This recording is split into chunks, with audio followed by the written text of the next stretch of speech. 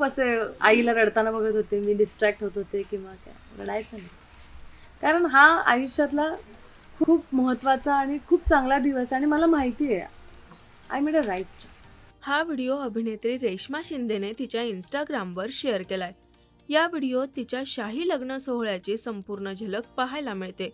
तर तिच्या या लग्नात अनेक कलाकारांनी देखील हजेरी लावत कल्ला केला होता. तसेच या लग्नात तिचे आई वडील देखील भावूक झाले होते. या सगळ्याच लग्नाची आठवण ती सध्या सोशल मीडियावर शेअर करत आहे. तर चला पाहूया तिच्या या लग्न सोहळ्याची पुन्हा एकदा खास झलक.